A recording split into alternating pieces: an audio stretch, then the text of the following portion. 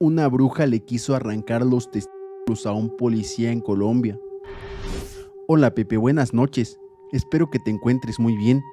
Soy un policía pensionado de Colombia y esta historia se remonta a cuando trabajé en un pueblo llamado Pedraza, a orillas del río Magdalena, lejos de mi esposa e hijos. Como es común entre los policías, teníamos la costumbre de tener relaciones extramaritales, algo a lo que no fui ajeno.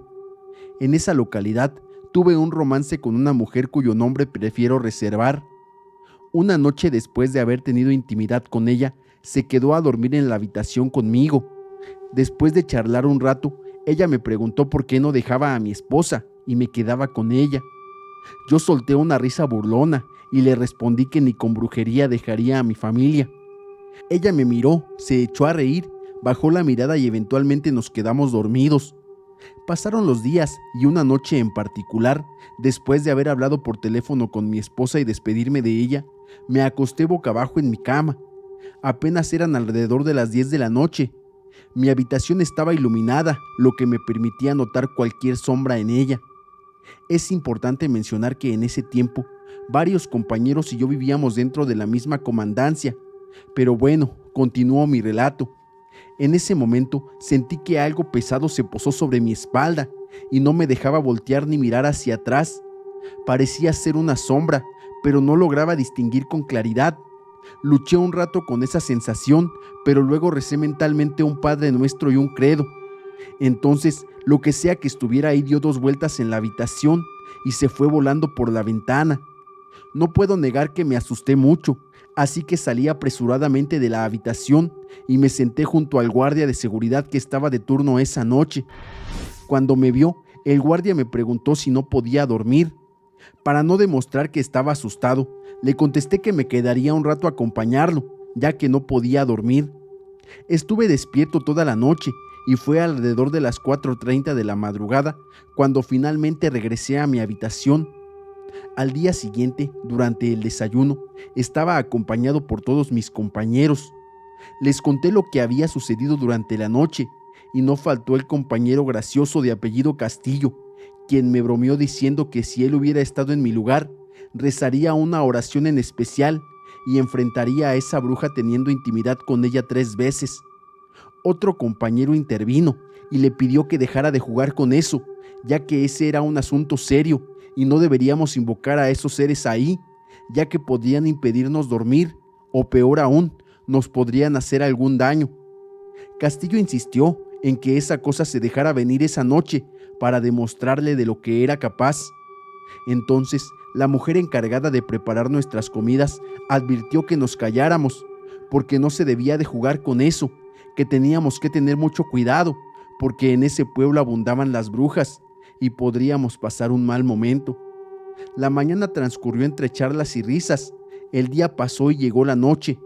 Al momento en el que el personal se acostaba a dormir, alrededor de las 2 de la madrugada, escuché mucho alboroto en la estación y percibí a personas corriendo aterrorizadas. Me levanté de la cama de inmediato y pregunté qué estaba sucediendo, por qué había tanto ruido. Otro compañero, al que le decíamos Carpintero, me respondió que estaban arrancándole los testículos a Castillo y lo estaban ahorcando. Yo me quedé incrédulo y corrí a donde estaba Castillo. Cuando llegué a su habitación, ya había algunos otros compañeros y él ya estaba más tranquilo, tratando de explicar qué había sucedido. Comenzó a decir que estaba dormido, cuando de pronto sintió que no podía moverse. Se despertó y pudo ver que a menos de 1 metro de distancia estaba el otro compañero Carpintero, pero no podía moverse ni hacer nada. Me sentía desesperado y realmente asustado, concluyó. Después de pasar un rato en la estación afuera de la intemperie, alrededor de las 5 de la mañana nos fuimos a dormir todos. Durante el desayuno hubo un ambiente de folclore y bromas. Le pregunté al señor Castillo por qué no le hizo nada a la bruja de lo que había dicho.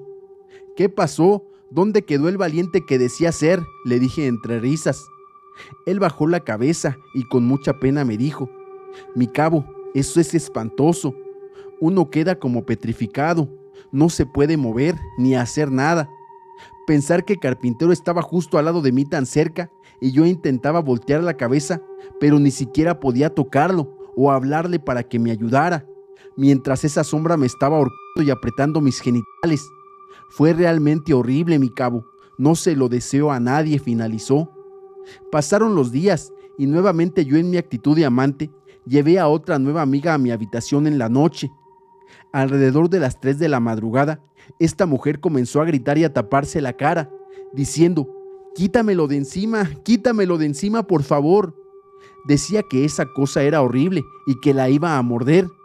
Brinqué inmediatamente de la cama, encendí la luz del cuarto y le pregunté que qué le sucedía, pero ella pedía que la llevara a su casa, que no quería estar ahí, que tenía miedo de volver a dormir en ese lugar. Decía que esa cosa horrible casi le había mordido la cara. Era una situación horrible, lloraba como una niña chiquita. Tuve que prepararme rápidamente y llevarla hasta su casa a esa hora. Cuando estábamos en la puerta de su hogar, más tranquila, le pregunté que qué le había pasado, por qué gritaba y por qué reaccionaba de esa forma. Ella me contestó que había visto a un enanito con cara espantosa y unos dientes enormes. Ese enanito subió por sus pies y se acercó mucho a su cara. Ella lo veía y él intentaba morderla, pero era algo tan horrible que ella cerraba los ojos para no verlo. En verdad, no quería volver a dormir conmigo. Pasó el tiempo e incluso dejé de tener relación con esa muchacha.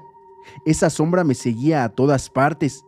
Podía estar acompañado por quien fuera, pero siempre veía una sombra oscura pasar por detrás de la persona o delante de ella, como una especie de espíritu. Eso duró mucho tiempo, hasta que decidí dejar mi vida de mujeriego. Creo que esa sombra era una especie de represalia por haberla rechazado y no haber querido abandonar a mi familia para estar con ella. Esta historia data del año 2010, cuando trabajé en el pueblo llamado Pedraza, a orillas del río Magdalena.